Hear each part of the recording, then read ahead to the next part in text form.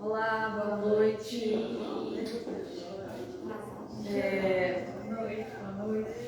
Vou aguardar só um pouco as pessoas que estão chegando.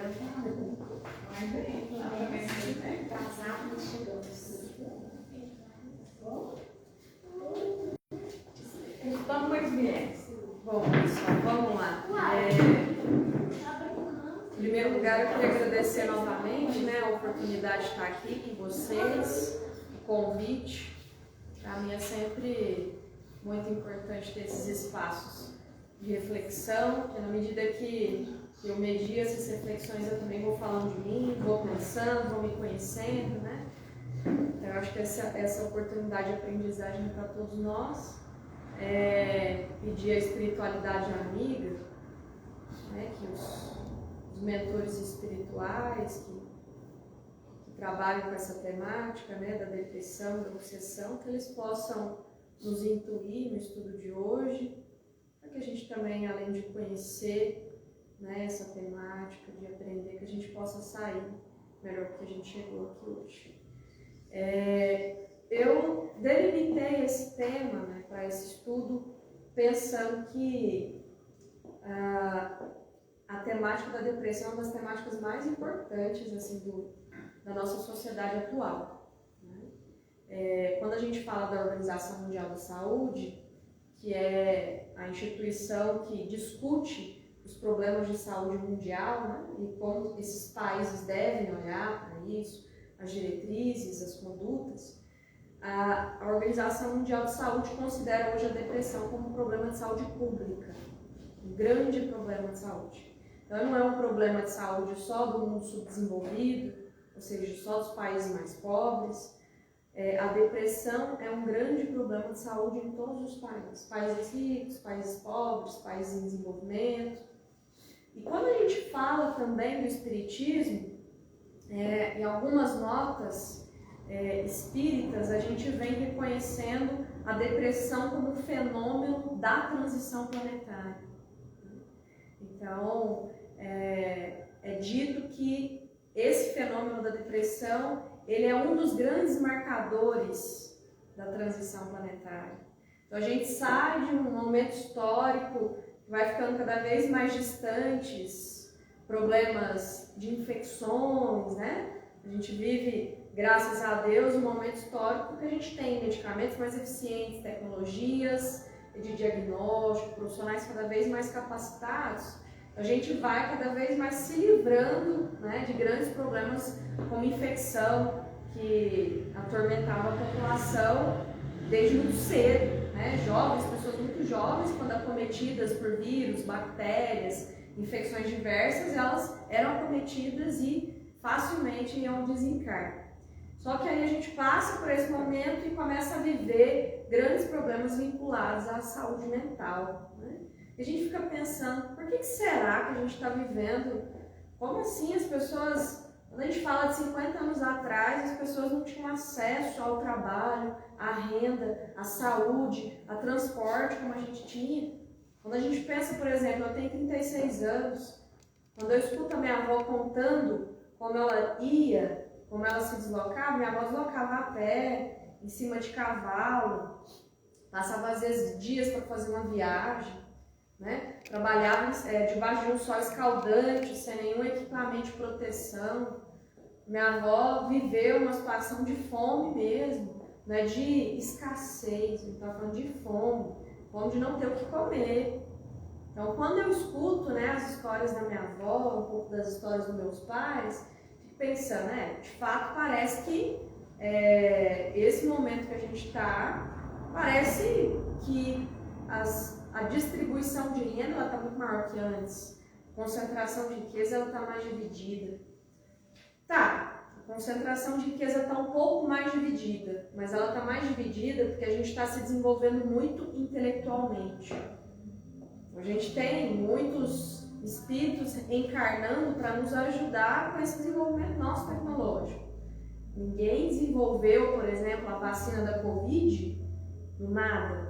Existem espíritos que encarnaram justamente para ajudar nesse processo da descoberta da vacina. Existem espíritos que encarnaram justamente para ajudar na linha de frente com a Covid, atendendo os pacientes. Então, se por um lado a gente tem um desenvolvimento intelectual, tecnológico, científico, por outro a gente tem uma dificuldade moral. Por quê? A gente está cada vez mais materialista. Se a gente tem um sistema econômico capitalista cada vez mais sofisticado nessa lógica de exploração do capital, né? Onde a gente está cada vez mais escravo sem perceber, nós estamos cada vez. A última vez que eu vim aqui eu estava falando disso. Eu vim falar sobre a temática dos sonhos. Não, foi dos sonhos não. Qual foi a última temática que eu vim falar aqui? Estou tentando me recordar, estava falando um pouco disso, assim, do modo como a gente, da importância do autoconhecimento.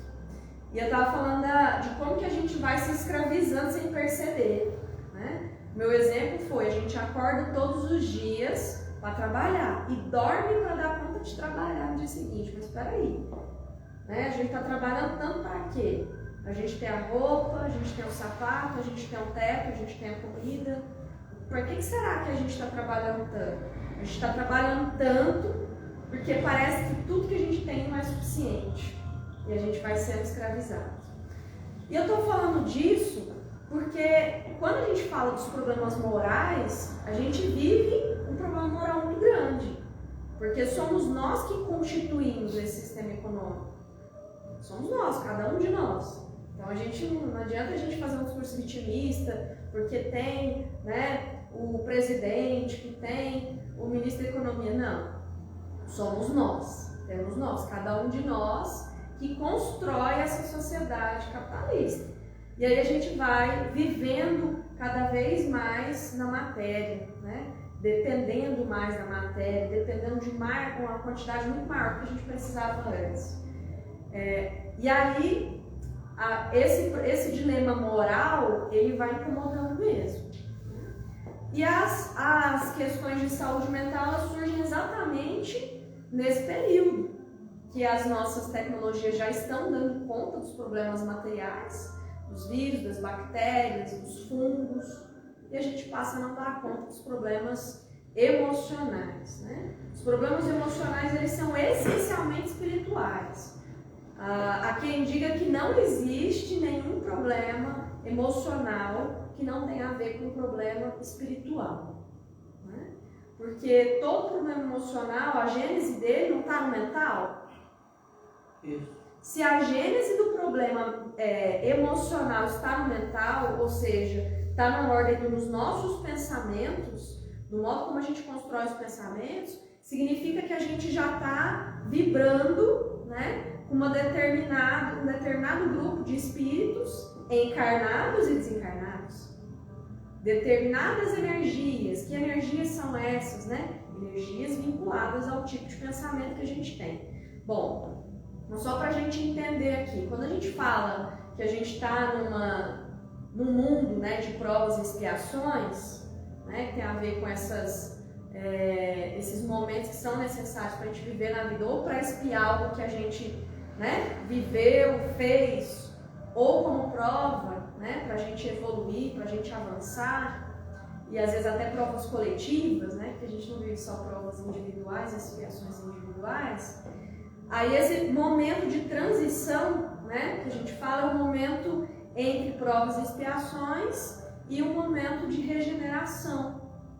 Então, o momento de regeneração é um momento que a gente precisa cada vez mais, não é que não vai existir materialidade, não é que a gente não vai existir, por exemplo, produção material, mas é que a gente agora talvez possa viver momentos em que a produção material ela é menos importante que a produção moral. Olha aqui, né? Vamos falar de mim. Quando eu falo de mim, eu falo de todo mundo que nós somos iguais. Quando eu falo assim, por exemplo, hoje eu dedico mais ou menos 2 dias na semana para trabalhos, vamos dizer, espirituais, diversos, né? 2 dias na semana. Mas quantas horas da minha semana, quantos dias eu me dedico à produção material? Discrepante. Né? E será que eu estou dedicando essas horas materiais porque eu realmente preciso disso? Eu realmente preciso dessa folha, desse copo? Ou eu estou produzindo algo além daquilo que eu de fato preciso? quando a gente responder isso, a gente vai concluir, boa parte de nós vai responder que a gente está produzindo mais do que a gente precisa. E é sempre mais.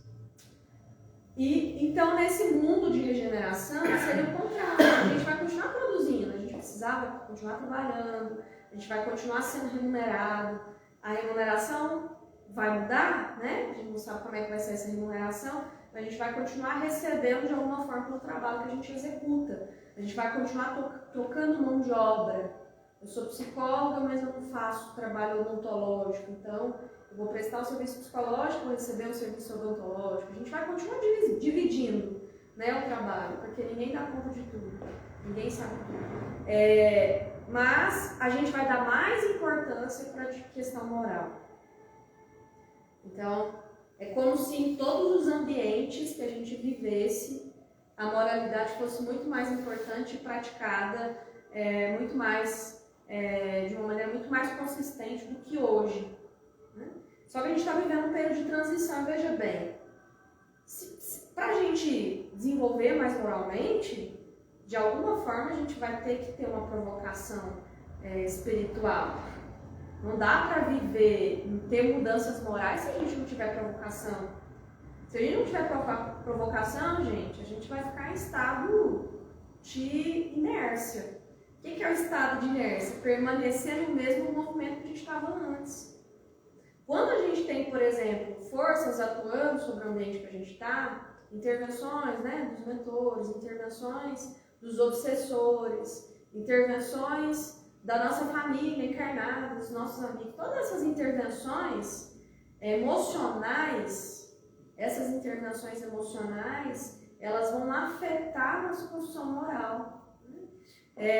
Muitas vezes a gente só aprende a dar valor, por exemplo, no estado de sono, de qualidade de sono e de felicidade, de poder sorrir, de poder viver tranquilo, deitar com a cabeça no travesseiro, quando você vive o contrário disso, quando você não consegue dormir direito, ou quando o seu sono é interrompido, ou quando você não consegue sorrir como antes, ou quando você não vê mais sentido para o sorriso.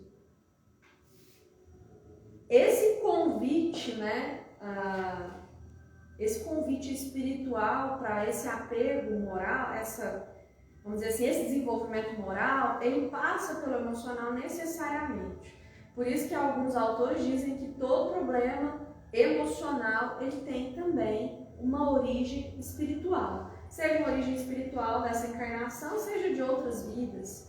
Né? Vamos pensar aqui que nós somos espíritos, né? que têm questões de dívida, né? E comportamentos inadequados e parcerias inadequadas há muitas e muitas encarnações. Não tem ninguém santo aqui, né? Por mais que a gente às vezes pense, nossa, eu sou um cidadão de bem, eu tenho minha religião, pago meus impostos, cuido da minha família, trabalho. Cidadão de bem, vírgula, né? De perto, quando a gente abre uma lupa e olha para dentro de nós mesmos, né? Quando a gente investiga os pensamentos que a gente tem, os comportamentos, as emoções que a gente tem, a gente percebe que, na verdade, a gente tem muito, muito mais a desenvolver do que a gente imagina. Né? Quem em algum momento já teve coragem, né, porque isso é muito comum, às vezes a gente passa por uma pessoa, passa por uma situação, enxerga uma situação, e aí naquele momento assim, você tem um comportamento assim, meio de repúdio, né? E aí enxerga o seu pensamento. Qual que é o seu pensamento naquela hora? Quem tiver coragem faz isso. São pensamentos que nós abominamos, os mesmos pensamentos que a gente vem aqui, o centro espírita, discutir, falar que a gente precisa mudar. Os comportamentos, às vezes, que a gente tem, são comportamentos muito parecidos com aqueles que a gente abomina, que a gente orienta mudanças no outro. Né? E aqui, gente, vocês sempre vão ver eu falar o seguinte, ó, a gente entende pra gente mudar, mas a gente também precisa ser complacente, no sentido de que ninguém vai dar conta de tudo, que a gente precisa ser gentil. Vocês sempre vão me ouvir falar isso, toda vez que eu vier aqui eu vou dar um jeito de falar isso. Porque eu acho que também existe um movimento, às vezes, da gente se cobrar tanto, em alguns momentos, a gente esquece que a gente é passível de erro, que a gente não vai dar conta do dia para a noite, não é porque a gente veio do centro espírita, sentou nas cadeiras, e que a gente tomou um passo, tomou um remédio, que a gente vai sair daqui outra pessoa. Os processos são lentos, né? E aí a gente precisa ser gentil.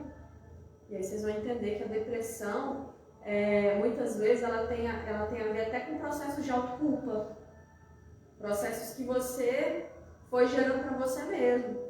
Você cometeu alguma coisa que você não deu conta de lidar na sua vida. E aí você se arrepende por anos. Por anos.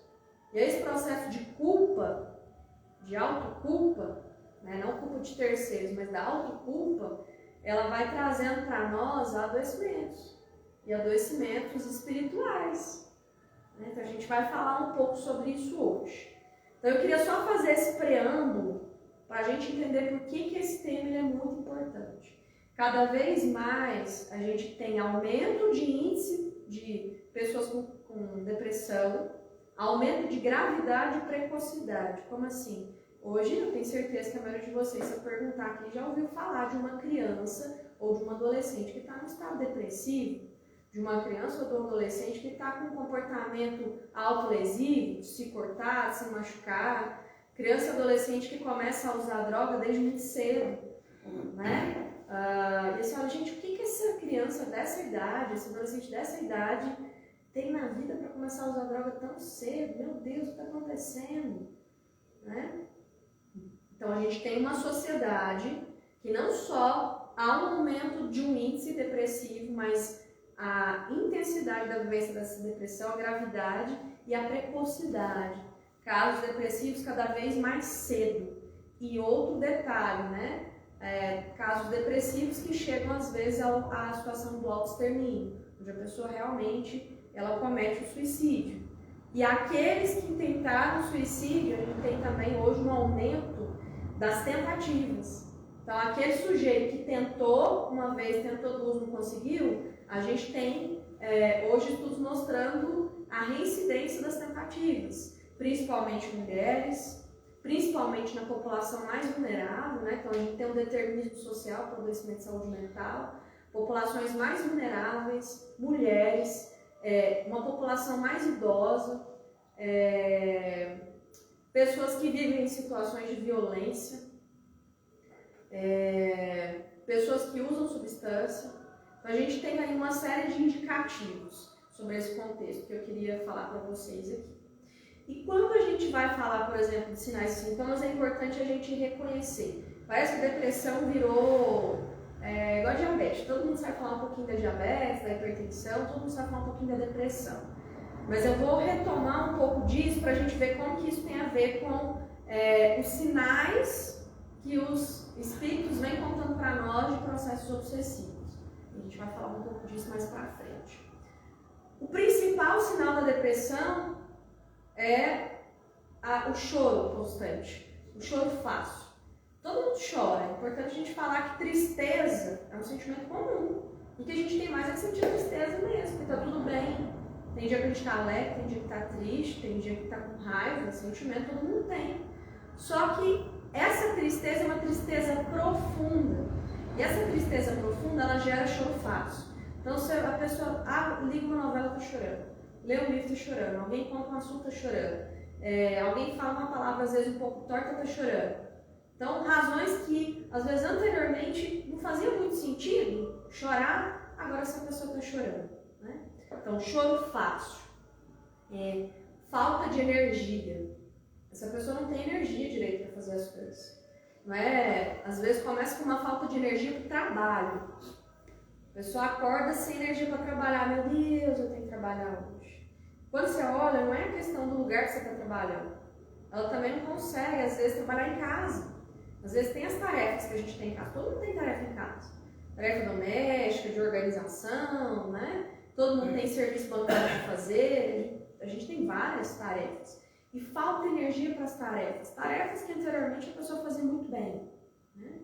Então, falta de energia até com lazer. Nossa, mas o fulano sempre gostou de fazer atividade física. Agora, não faz atividade física mais de nenhuma hora. Ele sempre foi apaixonado pelo esporte. Sempre gostou de visitar o amigo tal. Sempre gostou de ir no cinema.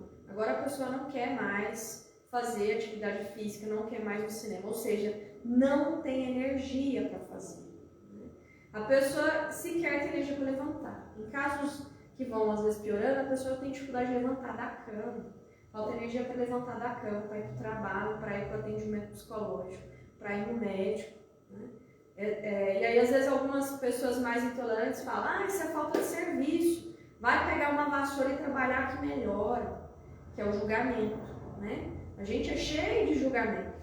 E aí, esse é um dos julgamentos mais comuns quando a gente vivencia pessoas com padrões depressivos. E esse julgamento ele não vai ajudar. Esse julgamento nem espiritualmente, nem materialmente ele vai ajudar.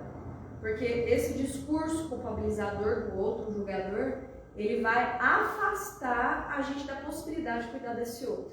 De fazer um acolhimento espiritual, né, que essa conversa que a gente tem, né, enquanto sujeitos humanos, de acolher, de cuidar, de oferecer ajuda, e também do ponto de vista da saúde, da questão técnica, esse discurso vai afastar a possibilidade dessa pessoa procurar ajuda, porque a depressão ela não é bem vista, ela é mal vista. A sociedade quer as pessoas produtivas, quer pessoas vivas, produtivas, para continuar sendo exploradas. Né? A nossa sociedade faz isso. Então quem não é produtivo não é interessante. Ela vai virando uma rede perpétua de julgamento, e a gente vai ficando com mais dificuldade de cuidar desse sujeito. Então, a falta de energia, essa pessoa começa a se isolar. Se falta energia para trabalhar, para cuidar de si, ela começa a se isolar. Então, as pessoas falam assim, costumeiramente, agora ela já não sai mais de casa. Ela perdeu a mãe dela e ela não sai mais de casa. Então, ela fica lá enclausurada em casa, trabalha, fim de semana não quer fazer nada, todo mundo chama para fazer as coisas, a família se reúne e não vai, os amigos se reúnem e não vai. Às vezes quando chega a visita em casa vai pro quarto. Vai pro quarto, se esconde, fala que tá passando mal, não atende o telefone, não atende a campainha. Ou seja, a pessoa vai fazendo um isolamento social. E percebam que vai piorando o sintoma. Esse isolamento social ele vai até o ponto da pessoa ter dificuldade de fazer o próprio autocuidado. Dificuldade para tomar banho, dificuldade para cuidar do cabelo, da pele, né? De se alimentar. Tem gente que vai ficando tão prostrada na cama que não consegue levantar mais para tomar um banho e para comer. Então, essa pessoa ela vai definhando, né, do ponto de vista material e também espiritual. A gente tem alterações de padrão de sono. Essa pessoa ela acorda cansada, ela dorme a noite toda. Você pergunta, e dormiu? Dormi, eu não sei o que aconteceu comigo, eu dormi a noite toda e acordei cansada. Parecendo que um trator passou por cima de mim, estou quebrada. Né? Então, o que é isso? O sono não reparador. Você pode dormir a noite toda, mas ele não reparou a sua necessidade física, né, de descanso. E nós precisamos, né? A gente está num plano muito material. O sono é importante para o nosso descanso físico. O nosso espírito ele vai fazer outras atividades, mas o nosso corpo ele precisa do descanso. Então, o sono perturbado ou sono que não é reparador é aquele sono picado. A pessoa acorda de 3 em 3 horas, 2 em 2 horas, né? Ou a pessoa tem insônia, ou a pessoa tem hipersonia. O que é hipersonia? Muito sono. Ai meu Deus, eu tô com sono o dia inteiro, não tô dando conta de trabalhar, não tô dando conta de fazer nada. Eu ligo a TV, eu já durmo, não tô conseguindo ver a novela mais. Quem tá de fora fala assim, isso é preguiça. Isso é preguiça, isso é falta de vergonha na cara. Hipersonia, da mesma forma que a gente tem a insônia, né, que é a falta do sono, dificuldade de dormir, de pegar no sono, não sustentar o sono, a gente tem as pessoas que dormem muito. A gente falou de vários sinais e sintomas aqui, até vamos dizer assim, talvez os sintomas mais graves. A perda da vontade de viver, a perda do prazer pelas coisas. Se a gente for levantar aqui, todos nós vamos falar assim, eu gosto de fazer tal coisa. Eu gosto de fazer isso aqui. Né? Eu gosto, esse é meu lazer. Só que essa pessoa ela vai perdendo a vontade de ter lazer. Automaticamente, ela vai perdendo a vontade de, inclusive, ficar perto das pessoas que ela ama. Ou seja, ela vai desistindo da vida. Ela vai perdendo a vontade de viver. E ela vai perdendo pouco a pouco. Não é assim. Quando a gente gente olha nos estudos espíritas, uma das pessoas que mais discute as questões de saúde mental dentro do espiritismo é a Joana de Ângeles. Ela discute muito, né? E a gente vai percebendo que os espíritos obsessores, né, os nossos obsessores, eles também estudam. Eles também estudam, como a gente vê isso daqui hoje. Então, eles estão cada vez mais sofisticados em nos obsediar. A obsessão eficiente não é aquela obsessão que faz isso aqui, que é essa que você percebe. Essa você vai lá para o médico, você já se medica, vai para o psicólogo, a família. Nossa, mas o fulano está muito diferente, eu vi ele outro dia, agora ele já está dessa forma. O que está acontecendo? Perdeu o peso de uma vez só? Então, não é eficiente. Porque aí o obsediado, nós, vamos conseguir rapidamente perceber e fazer alguma coisa. A obsessão eficiente é aquela a conta gotas, meticulosamente planejada. Então não pensem vocês, né, que os nossos obsessores, ou que os irmãos espirituais talvez, que não pensem vocês que porque eles estão nos obsediando, nós somos melhores que eles, viu? A gente não sabe, né? Que a gente tem às vezes mania de achar que quem está sendo obsediado é melhor que o obsessor. Está mais evoluído, às vezes ele está no mesmo lugar. Às vezes a gente está até um pouquinho pior. Só que ele está em vantagem, porque como ele desencarnou, então ele tem ferramentas que a gente, nesse momento, está limitado por estar na condição encarnada, né? Os nossos obsessores, eles estudam. Eles têm ferramentas, máquinas, assim como a gente. Então, eles têm estratégias de obsediar de maneira conta-gotas, sem que você perceba.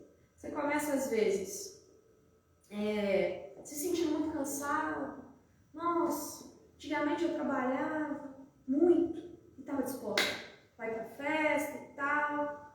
Hoje eu tô cansada. Às vezes começa assim. Ah, por causa da idade, né? Não tem a mesma idade, a mesma energia, a mesma mentalidade. E aí as coisas vão acontecendo devagarzinho. Então você vai perdendo, às vezes, a força de trabalho. Aí você às vezes fala, dor de cabeça. Nossa, mas todo dia eu tô tendo uma dor de cabeça no final do dia. Dor no estômago, né? Às vezes uma alergia na pele. As coisas começam assim, né? Conta-gotas. Doenças respiratórias. E aí as coisas vão piorando. Quando você vê, muitas vezes você já percebe que você está quase no precipício, você está na beirada ali. Você vê na hora que você tem um prejuízo importante. Muitas vezes a gente só vê que a gente está no processo depressivo, quando a gente está na beira do precipício. Quando você olha ali e fala, ó, o fundo está ali. Se eu pisar um pouco mais para frente, eu vou cair. E aí você dá uma assustada, porque às vezes teve um prejuízo mais grave, né, de saúde, e aí você se mobiliza. Por todos esses motivos que eu falei. Porque o mecanismo obsessivo ele é mais sofisticado, porque falar de problema de saúde mental tem muito preconceito por trás disso. Porque quando a gente fala de depressão, ela é muito moralizada, né? As pessoas julgam muito as pessoas depressivas. E todos nós, aqui sem exceção, nessa sala, conhecemos pessoas com depressão, que estão com depressão, que já tiveram, que vão ter, ou nós mesmos tivemos, temos agora, ou teremos. Porque depressão é igual gripe. Agora, depressão é igual gripe, gente, não adianta. Não adianta. A gente está falando, por exemplo, dessa fase de transição planetária. Essa fase de transição planetária pegou uma pandemia. Não existe um sujeito na Terra que passou ileso dessa pandemia. Todo mundo tem memória traumática, todo mundo pode contar de luto, né? Alguns de nós adoeceram realmente de uma maneira importante, alguns de nós teve que ser bem medicados, outros foram internados, teve gente que foi entubada. Né? Então, assim, a gente passou por uma pandemia, a gente está passando por um processo de recessão econômica. Tem ninguém vivendo bem tudo que viveu. Né? Então, todo mundo aí juntando seus cacos ainda. A gente vai levar muitos anos para colar essa xícara. Sabe quando a xícara cai? Imagina essa imagem, né? De quando a xícara cai, mas é uma xícara que você quer muito colar ela, que é de alguém importante. A xícara nunca mais vai ficar da mesma forma. Você pode colar, você pode ser aquela pessoa mais cuidadosa para colar a xícara. as peças, elas nunca vão ficar exatamente como eram. As linhas, as marcas, ou seja, os traumas, as memórias, vão ficar ali. Nós, a gente está aqui, ó, tá todo mundo aqui aparentemente, tá todo mundo respirando, todo mundo andando, comendo, dormindo. Tá todo mundo aparentemente bem, porque a gente consegue enxergar, né? Mas se a gente conseguisse enxergar em termos de energia, o tipo de energia que está aqui nesse corpo, a gente conseguiria ver o quão adoecido a gente está. Quando eu cheguei aqui, você estava falando, nossa, essa sociedade está adoecida. Assim, nós estamos. Quando a gente fala até sociedade, parece que é o outro. Somos nós, cada um de nós. E aí, a gente falou um pouco, né? Caracterizou bem a depressão, fez uma primeira relação com a depressão e a obsessão, mas acho que é importante a gente falar sobre o que é obsessão. O que vocês acham que é obsessão? O que vocês entendem por obsessão? Bom, grosseiramente falando, é a atuação de aspas, né, um perseguidor, como você falou várias vezes, perseguidor, né, em princípio, dentro da doutrina espiritual, né, só que tem a auto-obsessão também, etc, mas a grosso modo é a atuação de uma força que nos atrapalha no nosso bem-estar. Então, muitas vezes tem a ver com o perseguidor, e o perseguidor ele só percebe que a gente fez alguma coisa. Sim. Então, vamos sair do coitadismo e vamos agir na responsabilidade.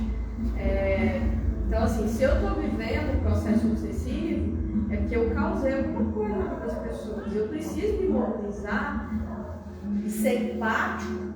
Não é porque eu venho do centro espírita, que vir no centro espírita vai fazer com que as coisas que eu fiz desapareçam. É preciso que a gente tenha um movimento, né, vinculado à mudança de comportamento e um desejo real, né, de transformação que passa pela mudança dos pensamentos, as mudanças das emoções, a mudança do comportamento. Então, uma série de coisas que passo a passo, paulatinamente, quando a gente vai insistindo no desejo de mudança, eu costumo falar assim, e vocês vão perceber que eu gosto muito de falar de mim, porque quando eu falo de mim, eu estou assumindo a minha condição de vulnerabilidade, a gente volta a ser igual.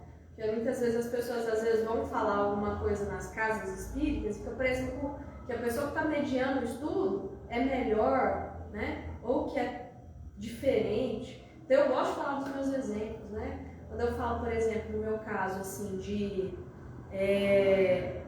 a dificuldade que foi para mim, quando os meus pais faleceram, que eu perdi a minha mãe, aí um ano depois eu perdi meu pai, assim, tudo no intervalo de mais ou menos um ano. E meu pai faleceu dentro da pandemia, comigo trabalhando dentro de uma UAI, vendo tudo acontecer, e ele faleceu por outra causa que não foi Covid, né? Nem chegou a pegar Covid, a gente conseguiu bloquear essa Covid, mas ele ficou internado, assim, entre a vida e a morte durante um mês, a gente não estava cuidando dele. Gente, o que isso faz do ponto de vista energético na vida de uma pessoa? Né? E aí a gente começa a ter padrões de pensamentos que não são padrões de pensamento saudáveis.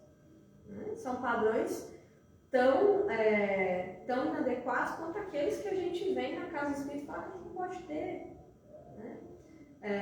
E aí, por exemplo, quando eu penso assim, olha, o meu adoecimento está vinculado a quê?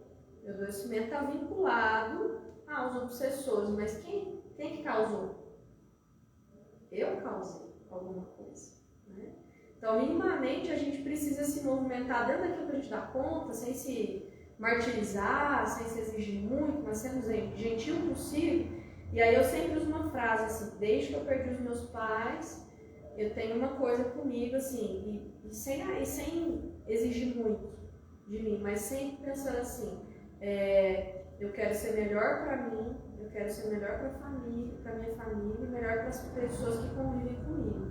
Se eu conseguir ser um pouco melhor dia a dia, semana a semana, mês a mês, ano a ano, porque eu não posso ter passado pela morte dos meus pais, ter vivido uma pandemia, trabalhando dentro da unidade de saúde, vendo tudo que eu vi, e achar que a vida vai ser da mesma forma. não é possível que depois de tudo isso eu vou viver da mesma forma. Né? Então, assim, eu dou esses exemplos porque o obsessor, ele não tem diferença da gente. Né? Ele só está nos obsediando agora, mas o que será que eu fiz com ele? Então, a gente vai invertendo o polo, e quando a gente inverte o polo, é mais fácil a gente ser empático e gentil com ele. Né? São espíritos tão sofridos quanto nós. Né? Eles estão em intenso sofrimento. A gente pensa a obsessão de um espírito, vamos imaginar aqui um espírito que foi morto, foi assassinado, um espírito que viu alguém tirar a vida da esposa. Gente, tem traumas aí que vão perpassar encarnações e encarnações. A gente precisa ser muito gentil e entender que esse outro ele é um espírito sofredor mesmo. E a gente adotar a postura do acolhimento. Então, a obsessão nada mais é, né, do que geralmente processos de perseguição, né, de um espírito desencarnado, em grande maioria das vezes, desencarnado para o encarnado, não que o contrário não aconteça, né? A gente pode ir de uma maneira minuciosa falar um pouco mais sobre isso, mas do espírito desencarnado para o encarnado, geralmente ele persegue ou por uma situação de uma paixão avassaladora, né? Você, por exemplo, tinha um casamento ou tinha um namoro e largou ele para ficar com outra pessoa, né? Então ele vai te perseguir porque você foi o sonho da vida dele e ele se sente traído, desmoralizado, porque ele deu a vida dele, que ele deu tudo. Às vezes situações mesmo de vingança, você fez algo muito ruim contra essa pessoa, ela quer vingar. Então, e aí esse processo de obsessão é um processo de alteração psicológica, né, espiritual, do seu padrão de pensamento, do seu padrão de comportamento e do seu padrão de emoção. Então, por exemplo, você está aqui de boa, tranquilo, você está aqui na casa espírita e tal, passou pelo passo, tranquilo. De repente, do nada, você chega em casa, seu obsessor está lá. Você chega em casa e você começa a ficar com raiva. Pra que eu tô com raiva? O que aconteceu que eu tô com essa raiva? Essa raiva não é minha. E aí você começa a entender. Você tá tranquilo, vai pra casa. Chega em casa, vem um pensamento ruim, que não tem nada a ver com o que você tá vivendo. Então esse espírito, ele fica ali na sua cabeça, assim, falando assim pra você. Vai lá e faz tal coisa. Vai lá e briga mesmo. Termina. Né? O espírito obsessor, ele quer transformar a sua vida no inferno, literalmente.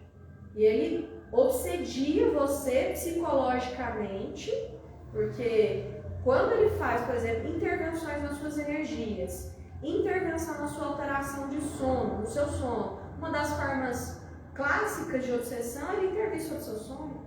Porque, veja bem, exatamente durante o sono que você se desdobra, se altera seu padrão de sono, estou prejudicando tudo na sua vida. Sua matéria, né? Seu desdobramento espiritual. Esses processos, então, obsessivos, eles vão afetar, né, de uma maneira gradativa o seu padrão de pensamento, gerando pensamentos cada vez mais negativos e pensamentos que você começa a perceber num dado momento que não são seus, não parecem racionais, a gente fala que são pensamentos distorcidos.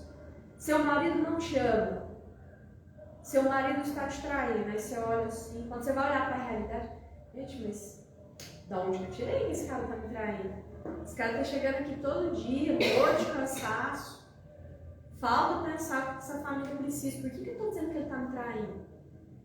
Né? Da onde que eu tirei que ele está me traindo? Né? Não existe evidência que ele está te traindo, mas existe ali uma necessidade de provocar em você uma instabilidade emocional e espiritual para ele continuar esses ataques espirituais. Então você tem uma mudança de pensamento que você vê que não é seu, emoções, comportamentos que você fala assim, por exemplo, você está assim, tranquila, regulada, alguém fala uma coisa que você não gosta, aí você joga as coisas no chão, pega e bate a porta, né? comportamentos assim impulsivos, disruptivos.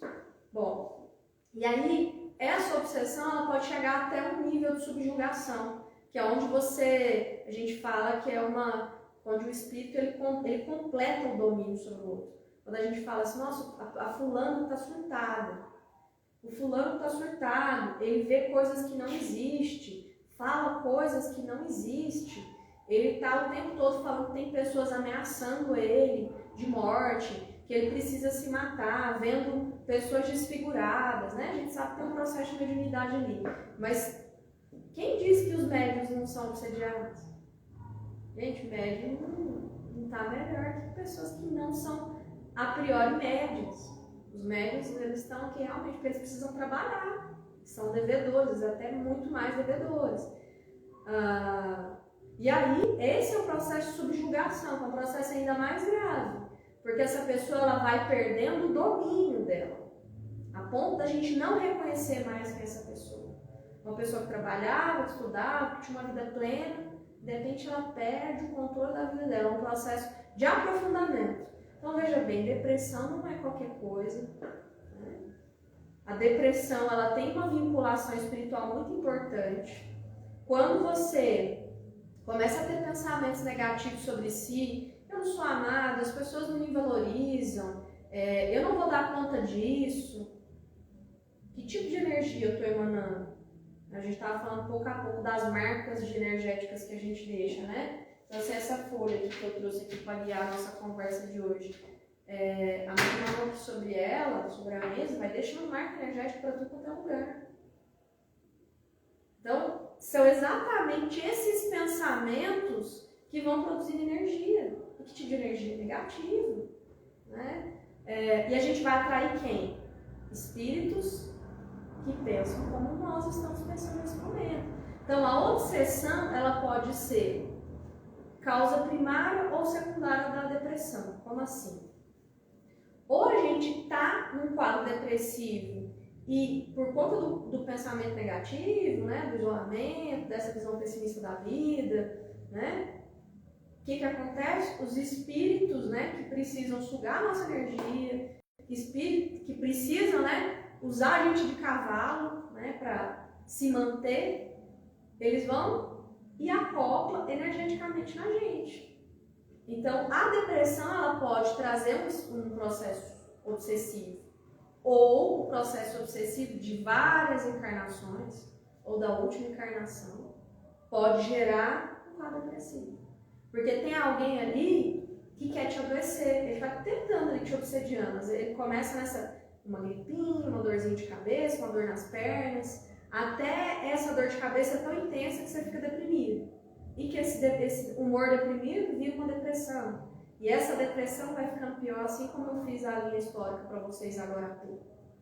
Então, o processo de obsessão, ele pode também gerar um quadro depressivo e vice-versa, né? E a origem de tudo isso, né, para muitos textos espíritas, é a questão da culpa. Significa que para a gente lidar com a depressão, né, do ponto de vista material, do ponto de vista espiritual, a gente precisa lidar com a culpa. Reconhecer quais culpas temos, às vezes a gente nem percebe que tem culpa. Reconhecer quais culpas temos e tentar reparar essas culpas. É a culpa que eu faço do outro? É eu que fico culpando as pessoas, né? Culpando as pessoas pelo que elas não fazem ou deixam de fazer? Ou a culpa que eu tenho daquilo que eu fiz ou que eu não fiz? Que às vezes as pessoas carregam não só a culpa daquilo que elas fazem, mas daquilo que elas deixaram de fazer. Nossa, se eu tivesse feito mais pelo fulano, talvez eu não tivesse se matado. Nossa, talvez se eu tivesse feito mais pelo fulano, talvez hoje eu seria uma esposa mais grata, um filho mais feliz, né? Por que eu não fiz tanto? Aí vai a culpa.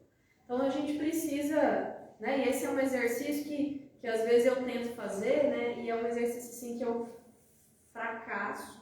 Mesmo sendo psicólogo, eu fracasso muito. Porque é como se eu fizesse vários exercícios para fazer e de repente eu me perco, né? Eu me perco nessa vida, nessa correria que a gente estava falando, né? Essa correria que a gente faz da nossa vida. Então, talvez se durante o dia, durante os momentos que a gente está mais tranquilo, talvez se a gente parasse para pensar, a culpa de que eu tenho? Quais culpas eu carrego? Aí eu reconheço a culpa, primeiro exercício. Depois que eu reconhecer a culpa, eu posso criar frases autoafirmativas do tipo: eu não sou perfeita, eu posso melhorar, agora eu já sei onde eu errei, eu posso melhorar. Então, frases desse tipo, dizer para nós mesmos, não precisa dizer em voz alta, mas é dizer em pensamento: eu não sou perfeito, eu vim aqui, eu encarnei para melhorar mesmo, eu já reconheci onde eu errei, então eu vou tentar errar menos. Porque é aquela velha história, quantos de nós erram a mesma coisa? Gente, eu sou aquela pessoa que erra no mês, eu olho assim, gente, mas eu errei. Aí no mês seguinte eu erro a mesma coisa. A gente faz isso, né? A gente está sempre errando padrões muito parecidos. E aí, só que cada vez que a gente reconhece e tenta errar menos, a gente erra menos mesmo. A gente às vezes erra em frequências menores, em intensidades menores. Então, isso é reconhecer a culpa e é ser gentil. Lembra disso, a gente precisa ser gentil conosco. Não dá pra gente ser duro conosco. A sociedade é muito radical com a gente, muito dura. Cristo, ele, em momento nenhum, ele nos ensinou a ser duros. Cristo é o maior exemplo, né, de espírito que passou pela terra, que fala sobre a compaixão. Como que eu quero ser compassivo com as outras pessoas se eu não conseguir comigo? Então, primeiro exercício, perdão de si mesmo. Reconhecer a culpa e se perdoar. E liberar o outro da culpa dele, gente. Tem gente que já faleceu, você está até hoje botando culpa. Tá nem aqui mais, você não tá nem vendo mais. Vamos liberar. Libera essa pessoa. Reza por ela, né? Fala que você sim reconhece que houve erros, mas que sim você deseja perdoar. E às vezes quando o perdão não é espontâneo, pede a Deus, né? Pede a Deus para que pouco a pouco esses pensamentos negativos, essas emoções negativas vinculadas a esse acontecimento, pouco a pouco ele vá sendo abrandado dentro de você, né? Vai pedindo isso. Então vamos tentar, inclusive, um terceiro modo de culpa, né? Que é pedir culpa para as pessoas que você de alguma forma feriu. Se a gente pudesse olhar um pouquinho para trás, em momentos antes, né, poucos anos antes, se a gente pudesse agora pensar quais as pessoas a gente errou, né, errou às vezes erros maiores, se a gente tiver a oportunidade ainda em vida lá e pedir desculpa, fulano, sabe, naquela época, de anos atrás, aconteceu tal coisa, eu sei que eu errei, desculpa, né? Eu não sei hoje, fulano, como reparar isso que eu fiz para você, mas eu desejo pelo menos reparar isso em oração. Se a pessoa está desencarnada e nós não sabemos todas as pessoas que nós, né, temos que pedir desculpa. Alguns desencarnaram a gente sabe, porque às vezes aconteceu nessa vida. E os outros que a gente não sabe, que não encarnou com a gente agora. Então vamos pedir desculpa, né? Pedir assim perdão para todos, né, os nossos irmãos que nós de alguma forma ferimos, machucamos, causando algum malefício, que eles nos perdoem, né? Nos perdoem no sentido de que a gente tem uma intenção verdadeira de fazer mudança de comportamento, rezar por ele, desejar que ele seja feliz. Então, gente, acho que se a gente conseguir basicamente entender essa relação da depressão com a obsessão, e adotar mecanismos mais conscientes de reconhecer quando é que algo emocional não vai bem, né?